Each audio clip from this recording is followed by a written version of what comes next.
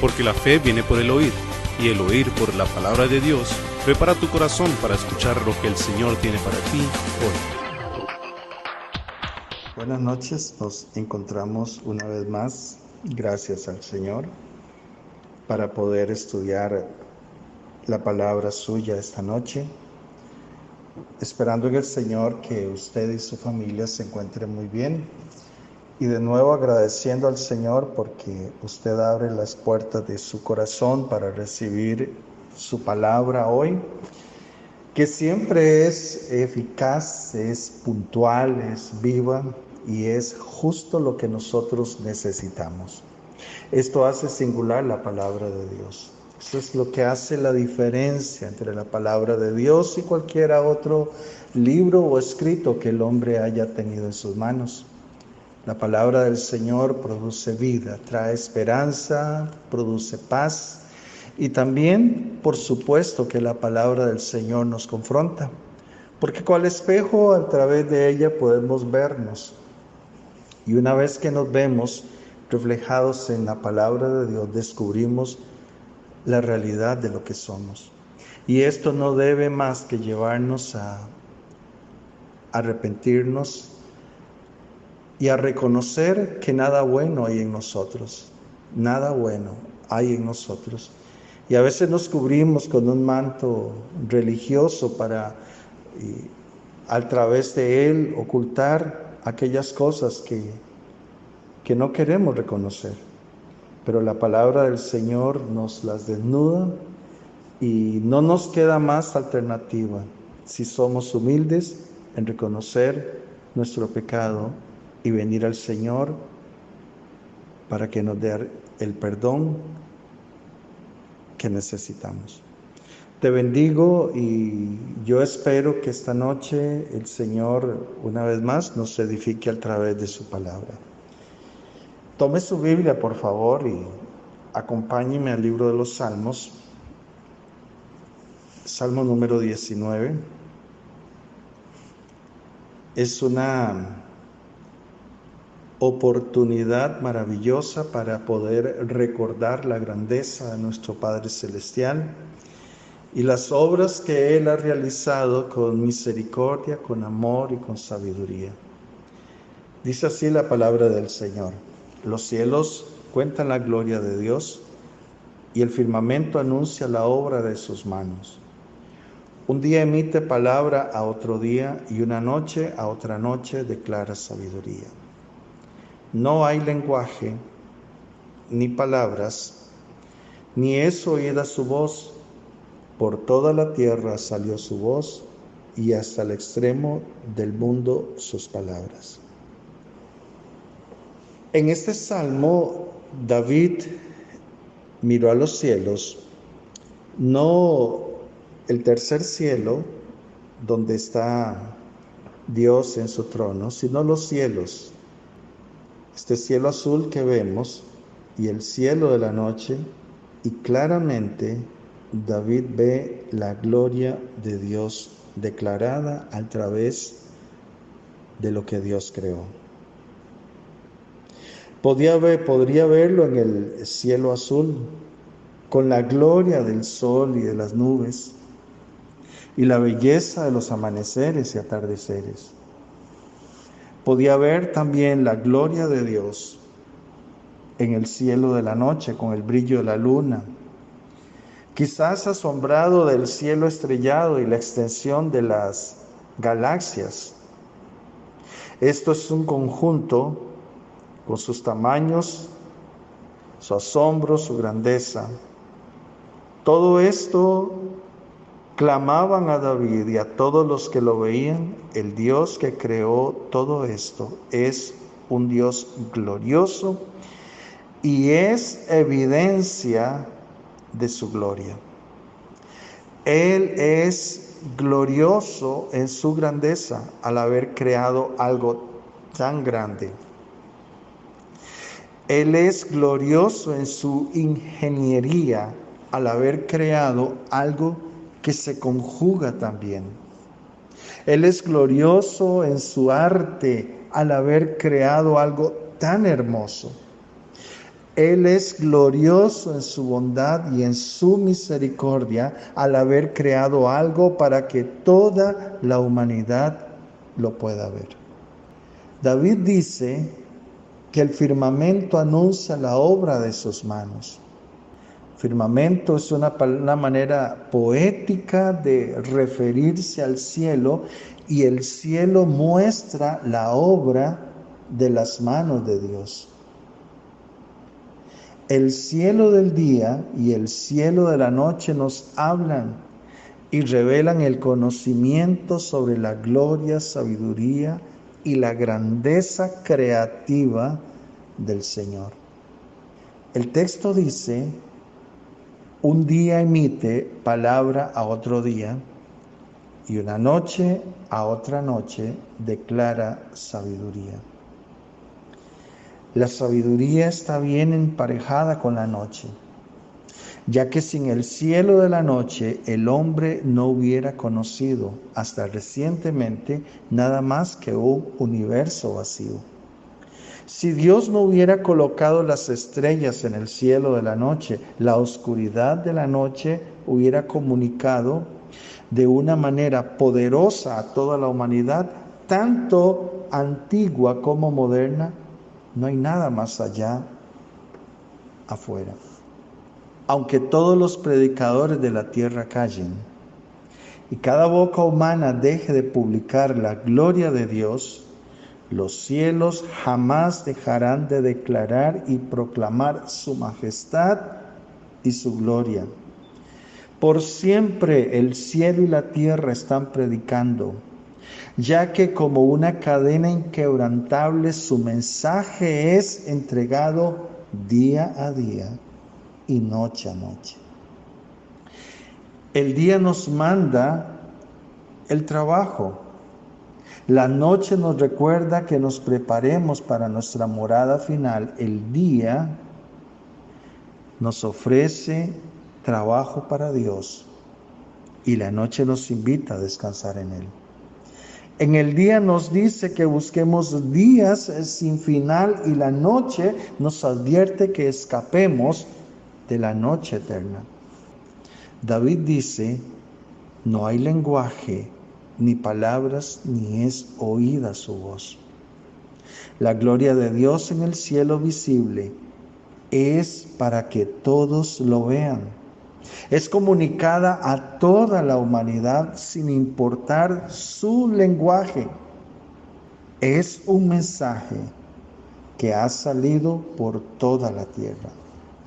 Pablo explicó que las cosas invisibles de Dios, su eterno poder y deidad, se hacen claramente visibles desde la creación del mundo, siendo entendidas por medio de las cosas hechas, de modo que no tienen excusas. Romanos 1:20. Pablo nos dijo esto debido a que este testimonio ha salido por toda la creación. Todos los hombres no tienen excusa para rechazar a Dios, quien nos dio tan clara y hermosa evidencia de su poder y de su sabiduría.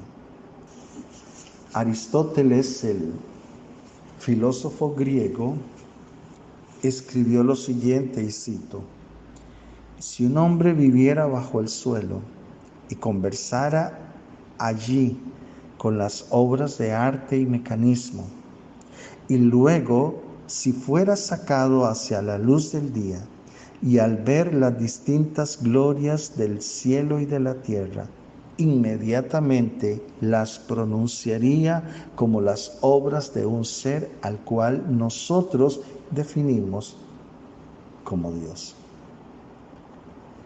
Versículo 4 al versículo 6. En ellos puso tabernáculo para el sol, y éste como esposo sale de su tálamo. Se alegra cual gigante para correr el camino. De un extremo de los cielos es su salida, y su curso hasta el término de ellos, y nada hay que se esconda de su calor. De una forma poética, David describe el cielo de la hora de la noche como un lugar de morada, es decir, una tienda, un tabernáculo para el sol. El sol sale de su tienda cada día para cruzar los cielos y regresa a su tabernáculo en la noche. Dios le ha asignado su lugar para ocupar y su curso para correr. Todo el cielo es como una especie de tienda y pista donde el sol, en forma de atleta, lo recorre. De un extremo del cielo es su salida y nada hay que se esconda de su calor. El sol cubre todo el cielo y su fuerza se extiende por todas partes. Es un maravilloso ejemplo de la gloria de Dios declarada en los cielos. Versículo 7 al versículo 9. La ley de Jehová es perfecta, que convierte el alma. El testimonio de Jehová es fiel, que hace sabio al sencillo. Los mandamientos de Jehová son rectos, que alegran el corazón. El precepto de Jehová es puro, que alumbra los ojos. El temor de Jehová es limpio, que permanece para siempre. Los juicios de Jehová son verdad, todos justos. Aquí David cambia drásticamente de alabar a Dios, a quien se revela a sí mismo en la creación, a alabar al mismo Dios por revelarse a sí mismo en su palabra. Es como si David dijera: la creación nos habla mucho de Dios, pero su palabra nos dice mucho más acerca de Él. Una razón por la cual la palabra es mayor revelación que la creación es que nos dice mucho más de Dios. La palabra revela cómo el Dios del pacto de amor, de la manera que es reflejado en este salmo. En el versículo número 1 al versículo número 6, Dios allí es mencionado como Él. La palabra más genérica para Dios en el lenguaje hebreo, aún más genérica que lo que comúnmente se utilizaba en ese momento, que era la palabra Elohim. Pero a partir del versículo 7 al versículo número 9, Dios es mencionado como Yahweh, el Dios del pacto de amor y fidelidad para su pueblo. David luego explica 7 declaraciones gloriosas sobre la palabra de Dios. Como es común en otros lugares, especialmente en el Salmo número 119, David utiliza una variedad de expresiones para referirse a la palabra de Dios. Entre ellas menciona ley, testimonio, mandamiento, precepto, temor, juicios. La ley de Jehová es perfecta, que convierte el alma. David da una declaración contundente acerca de la palabra de Dios y le da el título de perfecta. Él dice: la palabra de Dios es perfecta. Nos da todas las cosas que pertenecen a la vida y a la piedad, según escribe Pedro en el capítulo número 1, versículo 3 de su segunda carta. Aunque no nos da todo el conocimiento nos es revelado como verdadero y perfecto. Al entenderse en su contexto, la palabra de Dios jamás está errada en la ciencia o historia o el entendimiento de lo divino o de la naturaleza humana. Parte de la perfección de la palabra de Dios es que es efectiva. Hace la obra de convertir el alma. Hay un poder en la lectura y en la meditación de la palabra. El escuchar y estudiar la palabra de Dios, el cual va más allá del beneficio intelectual. En realidad, el texto dice que la palabra de Dios hace algo mejor que adquirir un conocimiento. La palabra de Dios convierte el alma. La palabra hebrea traducida aquí para convierte, quizás sea mejor entendida como revivir, es decir, traer una nueva vida al alma.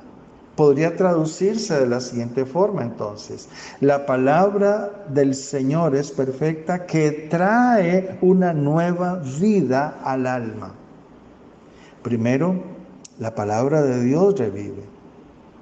Su cualidad de restauración da sanidad a toda la persona al asegurarle perdón y purificación y dar vida a aquellos que han estado muertos en sus delitos y pecados.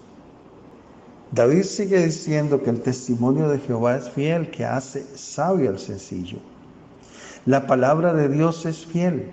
Eso significa que es digna de confianza.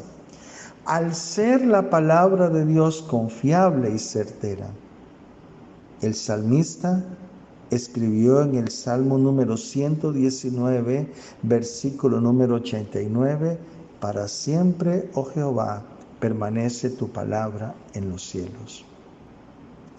Ya que la palabra de Dios es fiel y es segura, hace la obra de hacer sabio al sencillo. Muchas personas con una sencilla educación o crianza tienen una tremenda sabiduría hacia la vida, la piedad, debido a que estudian y confían en la fiel palabra del Señor. Otra vez, muchas personas con una sencilla educación, una básica educación o crianza, tienen una gran sabiduría hacia la vida y la piedad debido a que estudian y confían en la palabra del Señor. ¿Por qué razón? Porque los mandamientos de Jehová son rectos y alegran el corazón. La palabra de Dios y los mandamientos contenidos en ella son rectos. Son moralmente rectos, son por práctica rectos y universalmente son rectos. Son rectos porque son la revelación de un Dios que es santo, verdadero y siempre recto. Aquel que conoce la palabra de Dios y al Dios de la palabra se regocija en esto. Encuentran gozo, un verdadero placer en la verdad y en el compañerismo con Dios revelado en su palabra. El texto continúa diciendo: el precepto de Jehová es puro, que alumbra los ojos. Ya que la palabra de Dios viene de un Dios que en sí mismo es puro y santo, es en sí misma su palabra también pura. Un Dios puro no puede comunicarse de otra manera. Nunca debemos de preocuparnos sobre la palabra de Dios en que nos conducirá a las personas o conducirá a las personas hacia el pecado o la impureza. Si esto parece haber sucedido, es evidencia de que las Escrituras han sido torcidas. Por favor, busque 2 Pedro 3:16 y lo lee. Esta palabra pura alumbrará los ojos, sacará el ánimo y el consuelo y el conocimiento y la confianza que una luz en medio de la oscuridad puede traer. El temor de Jehová es limpio, que permanece para siempre.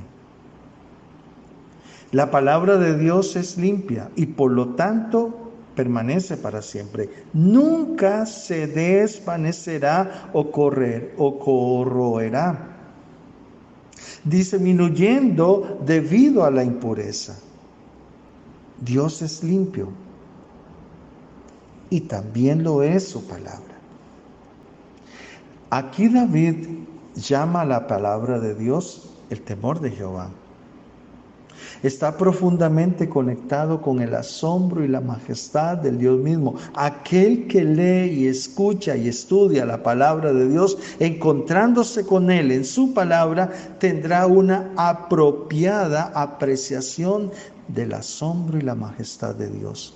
En otras palabras, su palabra traerá temor de Dios a su corazón.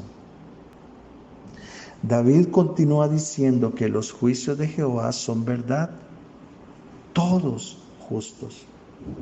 David resumió esta hermosa cadena, por llamarlo de algún modo, de 7 perlas, cada cual describiendo algún aspecto de la palabra de Dios. Aquí David declara que las palabras de Dios son verdad y que todas son justas. No hay nada falso o injusto en su palabra. No hay algún aspecto aplicado a esta declaración como en las 6 anteriores. Para David era suficiente simplemente el decir verdad. Los juicios de Jehová todos son justos. Quizás David asumió que seríamos sabios y lógicos para aplicarnos a nosotros mismos. Por lo tanto, léelo, estúdielo, medítelo, ámelo y vívalo. Recuerda que el rey David escribió esto con solo una fracción de lo que nosotros tenemos hoy como la palabra de Dios. Y por la mayoría de los registros, su porción no era tan gloriosa como la completa revelación de Dios en lo que hoy conocemos las Sagradas Escrituras. David solo tenía los primeros 5 libros de Moisés, del Génesis a Deuteronomio, a Josué, Jueces, unos pocos salmos, quizás Job y Ruth. Podemos imaginar lo que el rey David escribiría sobre Isaías u Oseas. Imagínese lo que él hubiese escrito si tuviera en sus manos los libros del Nuevo Testamento. Ante esto podemos decir con confianza que la palabra de Dios es más gloriosa de lo que el rey David conocía al momento de escribir este salmo. Con lo limitado de la palabra de Dios que tenía David en ese momento, él le da un gran valor a eso que él tenía, a eso de la palabra de Dios. Y escribe en el versículo 10, deseables son más que el oro y más que mucho oro afinado, y dulces más que miel que la que destila del panal. Tu siervo es además amonestado con ellos, y en guardarlos hay grande galardón. David insistió que el valor de la palabra de Dios, su revelación escrita para el hombre, era más valiosa y deseable que el mismo oro. David no quería ninguna cantidad de dinero, riquezas u oro para mandar su atención y afecto más que la palabra de Dios. El rey David era un hombre inmensamente rico, pero rara vez es conocido por sus riquezas. Es más conocido por su gran corazón hacia Dios. Su hijo Salomón fue aún más rico que David y fue conocido por sus riquezas, pero no tanto por su corazón para con Dios y su amor hacia la palabra de Dios. ¿Dónde estaba el corazón de David? Como rey tenía mucho dinero. Como rey tenía poder y autoridad. Sin embargo, su corazón nunca estuvo allí. Su corazón estaba en el amor que él tenía a Dios y lo revelaba o lo reflejaba en amar su palabra. Si no fuera suficiente el decir que la palabra de Dios debía ser más deseable que el oro, el rey David amplió este dicho al punto que dijo, mucho más que el oro afinado. Y sigue diciendo David, y dulces, o sea, los mandamientos de Dios, la palabra de Dios, para David eran más dulces que la miel y que la que destila del panal. Para este hombre la palabra de Dios no solamente era tenida en la más alta estima que los bienes materiales. La palabra de Dios para David era mayor que las experiencias. La miel es dulce y placentera para comer, pero David dice que la palabra de Dios para él era aún más dulce que la miel. Pero no solamente para David la palabra de Dios representaba dulzura. Él dice, tu siervo es además amonestado con ellos, en guardarlo hay grande galardón. David aquí dio dos razones del por qué Dios era mayor que cualquier bien material o placer sensorial.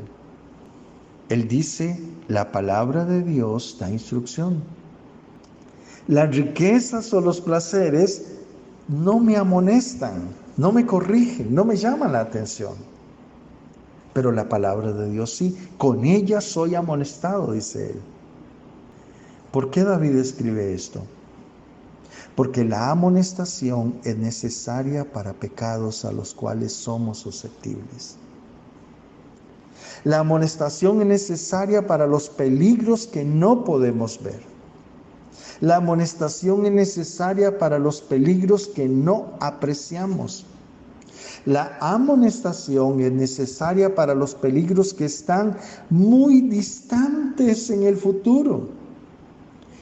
La amonestación muy a menudo es rechazada, pero aunque sea rechazada, está allí para advertirnos. Y David lo entendió de esa manera. Él llega a la conclusión de que la palabra de Dios trae beneficios, aun cuando ésta sea una amonestación, trae beneficios a él. Y sus beneficios son más grandes que la riqueza o los placeres. Por eso él dice que en guardarlos hay grande galardón. Es cierto que hay grande galardón por guardar la palabra de Dios. Pero eso no es lo que aquí dijo el salmista. David nota el galardón en guardar la palabra. Hay un sentido en el cual la obediencia se convierte en su propia recompensa, debido a que vivimos en la manera que Dios quiere y diseñó para que nosotros vivamos. Uno de los mayores galardones de la palabra de Dios es que la paz de Dios trae paz a nuestra mente, a nuestra conciencia. Una conciencia calmada es un pequeño paraíso. Se dice que un mártir una vez fue sujetado a una estaca. Y el alguacil que estaba por ejecutarlo expresó su tristeza de que aún preservara sus opiniones, no claudicara a su fe. Y le obligó a poner fuego en la hoguera. El mártir contestó, no te turbes, ya que yo no estoy turbado. Ven y pon tu mano en mi corazón y ve si no late quietamente. Su petición fue contestada y halló que estaba quieto, calmado. Ahora, dijo él, pon tu mano en tu propio corazón y mira si no estás más agobiado que yo. Y luego ve por tu camino y en lugar de tener lástima de mí, ten lástima de ti mismo. ¿Qué lleva a una persona aún al borde de la muerte, y una muerte tan terrible como ser quemado en una hoguera, a expresar estas palabras? La paz de Dios que a través de su palabra Él nos da. La seguridad de que Dios no miente y que lo que Él ha prometido se va a cumplir. Jesús lo dijo de esta manera: estas cosas les he dicho para que en mí tengan paz. En el mundo tendrán aflicción, pero confíen, yo he vencido al mundo. Versículos 12 y 13. David escribe: ¿quién podrá entender sus propios errores? Líbrame de los que me son ocultos. Preserva también a tu siervo de las soberbias, que no se enseñoreen de mí. Entonces seré íntegro y estaré limpio de grande rebelión. En el versículo anterior, David reflexionó en las amonestaciones que halló en la palabra de Dios y en el gran galardón que encontró en obedecer la palabra de Dios. Esto le hizo reflexionar en los tiempos y caminos que ignoró sobre las amonestaciones y no guardar la palabra del Señor. Cuando pregunta ¿quién podrá entender sus propios errores?, David entendió que él ignoró y desobedeció la palabra de Dios aún más de lo que estaba consciente. Lo que sabía era suficiente para preocuparle. Sus propios errores delante de Dios eran peores. El hecho de que nosotros no entendamos nuestros errores no nos excusan de ellos. Todavía debemos rendir cuentas por tales errores y faltas delante de Dios. Y debemos confiar en su expiación para limpiarnos de nuestros errores que aún no son ocultos. David dice: líbrame de los que me son ocultos. Al saber que no podía conocer cuántos errores tenía delante de Dios, el rey David sabiamente oró esta oración. Él necesitaba ser librado aún de los pecados y faltas que aún eran secretos para él. ¿A qué nos debe llevar esta petición de David? Que deseemos la pureza interna de nuestro corazón.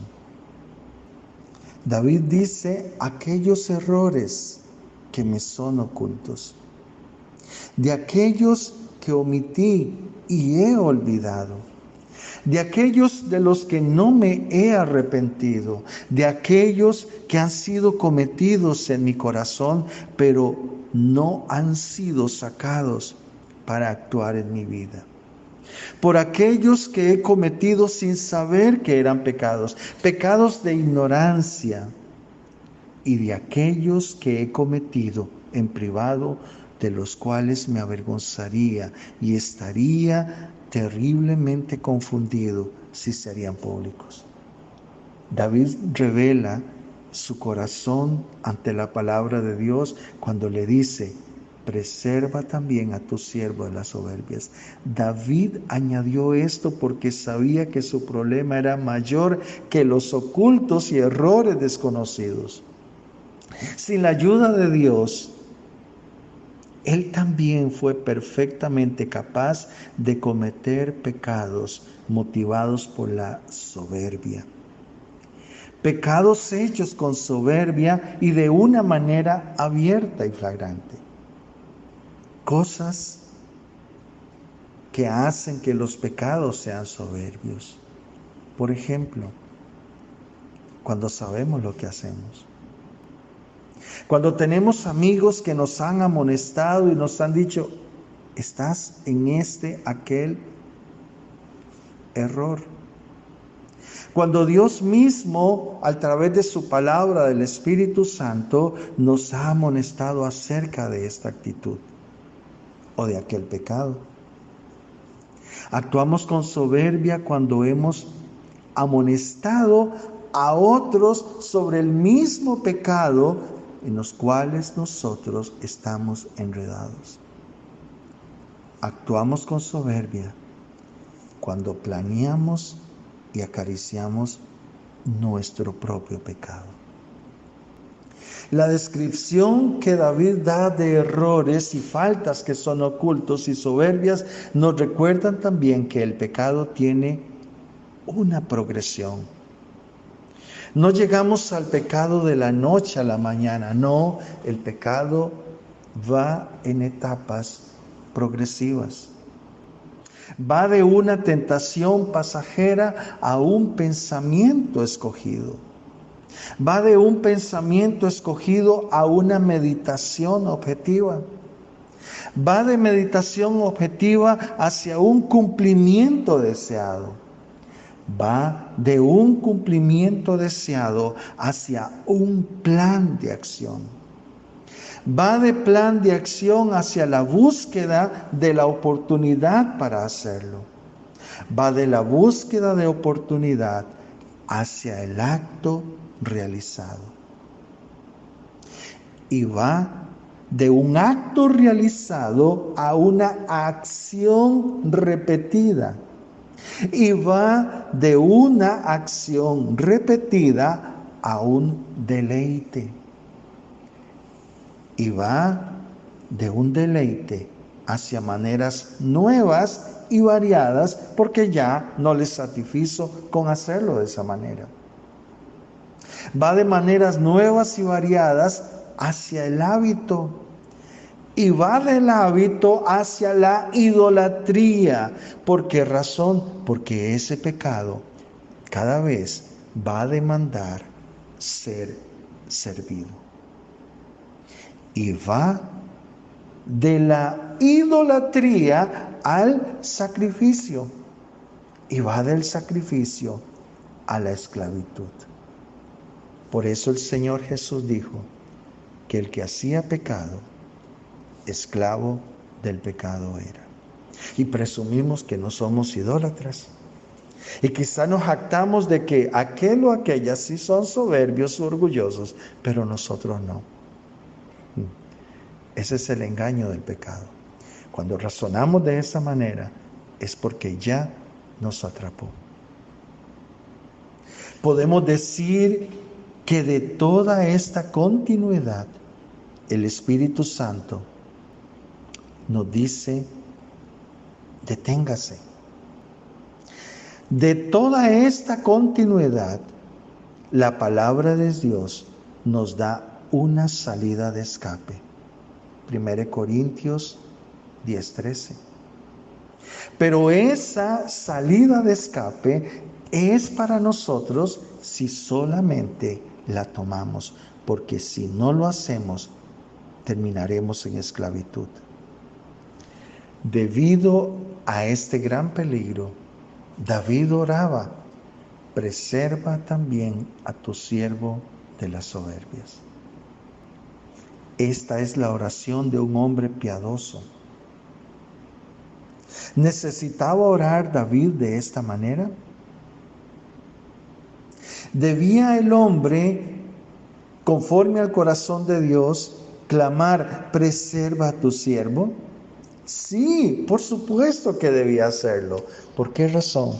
Porque aunque la palabra de Dios declara a David como un hombre conforme al corazón de Dios, David no ignoraba su humanidad. Eso que Pablo llama en el capítulo 8 del libro de Romanos, la carne.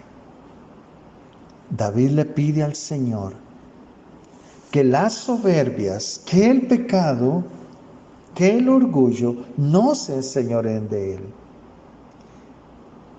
David no solamente sabía que él era capaz de tales pecados, sino de que potencialmente podían esos pecados enseñorearse de él. Su oración fue correctamente colocada. Su amor por la palabra de Dios y su dependencia en Dios por medio de la oración le ayudaría a estar libre del dominio del pecado, porque David era consciente de que el pecado esclavizaba. Esta oración es aún más adecuada para nosotros, que nos relacionamos hoy con Dios en base al Nuevo Testamento.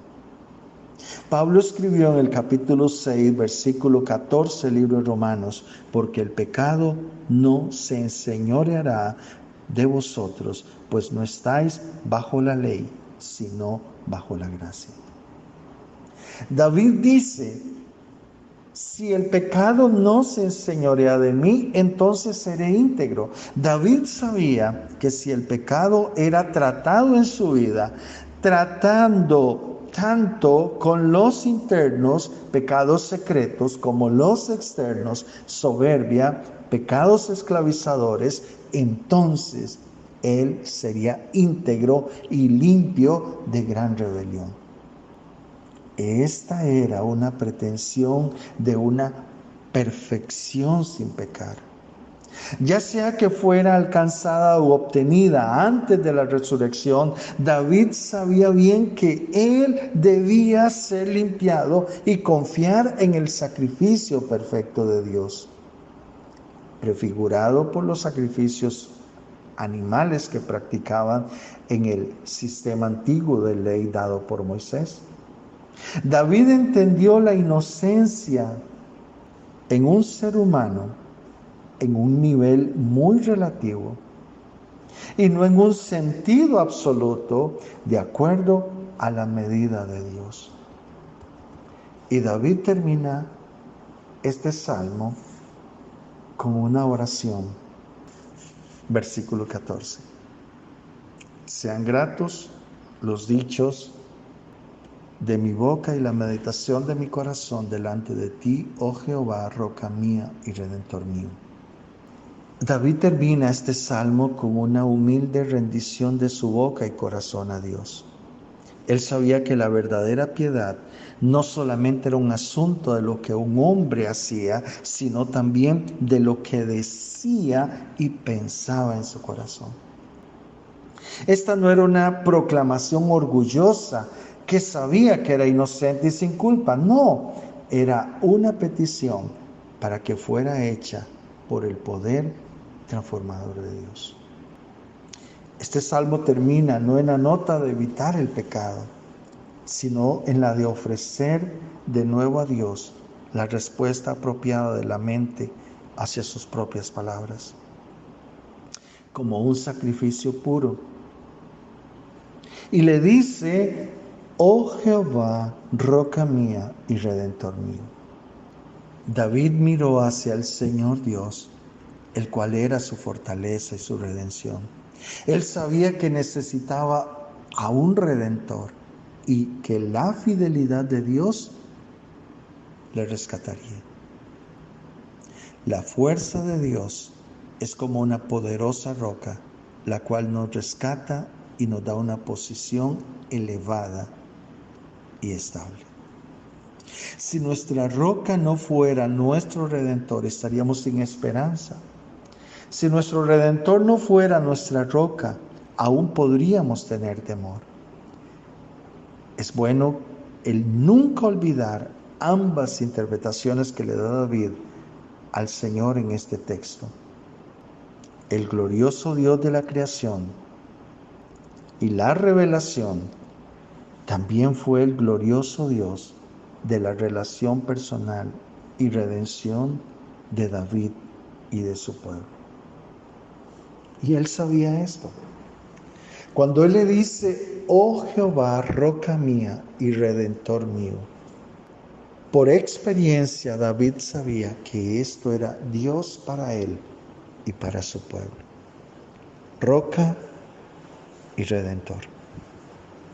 David termina este salmo reconociendo a Dios como un Dios personal.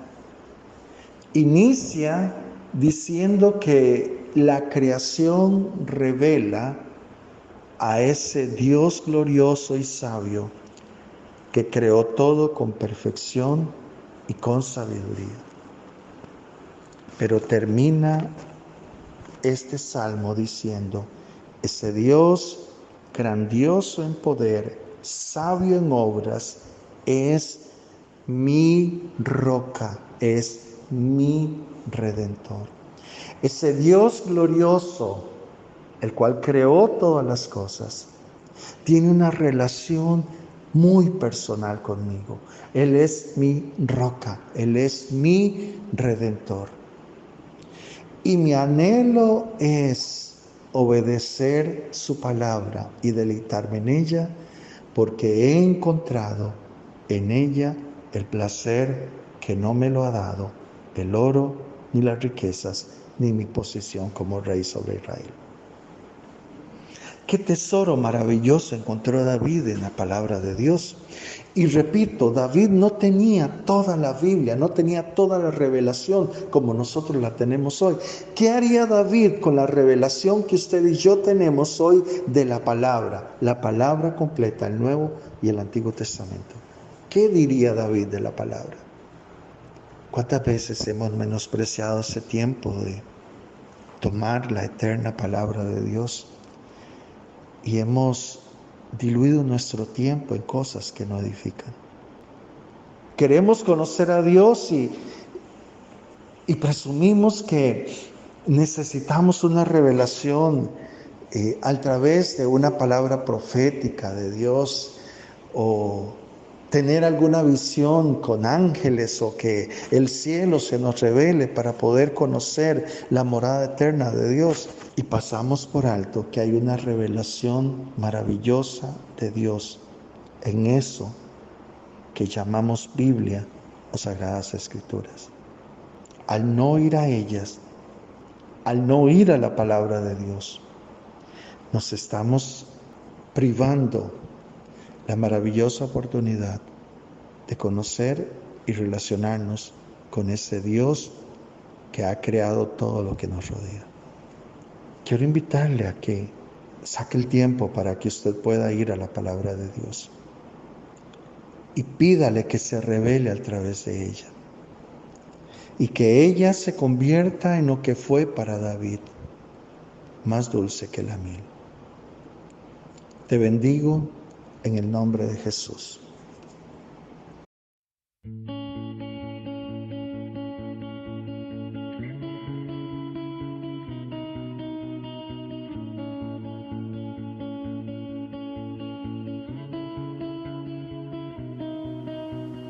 En el principio, Dios creador, antes del tiempo eras tú.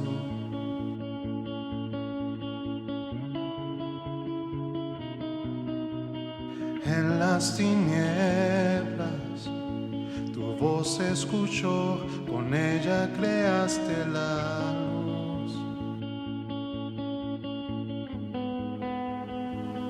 Con solo hablar, creaste las galaxias con tu voz, y tu aliento a los planetas forma dio. Si los cielos te adoran, yo también puedo ver tu corazón en la creación. Las estrellas son señales de tu amor. Si la tierra te alaba, yo también.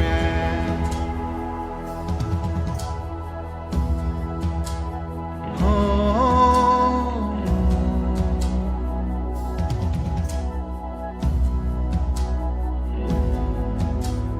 Dios de promesas, tu palabra es fiel, tus dichos permanecerán.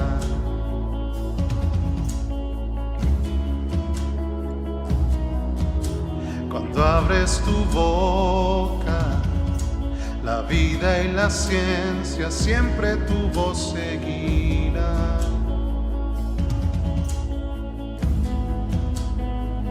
Con solo hablar, le diste vida a todo alrededor. Creaste cada especie en su esplendor. Si ellos muestran quién tú eres, yo también puedo ver tu corazón en la creación. Cada amanecer un lienzo de tu amor. Si los cielos te obedecen, yo también. Yo también.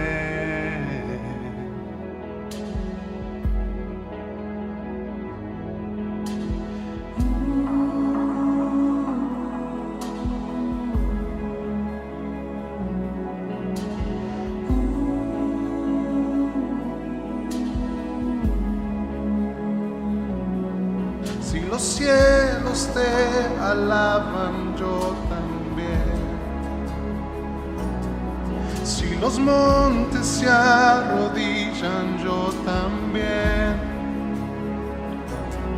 Si los mares se someten, yo también.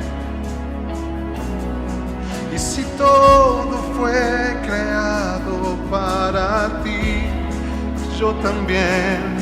Si los vientos te obedecen, yo también.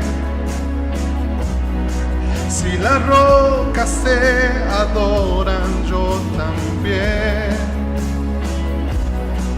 Y si aún me queda mucho que expresar, 1.000.000.000 de veces volveré a cantar. Sí.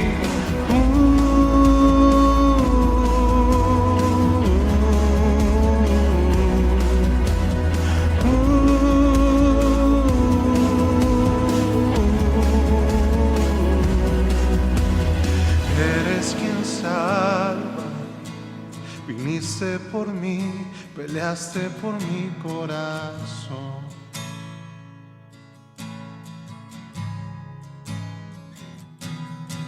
Allá en el Calvario, en la oscuridad, la luz de este mundo murió.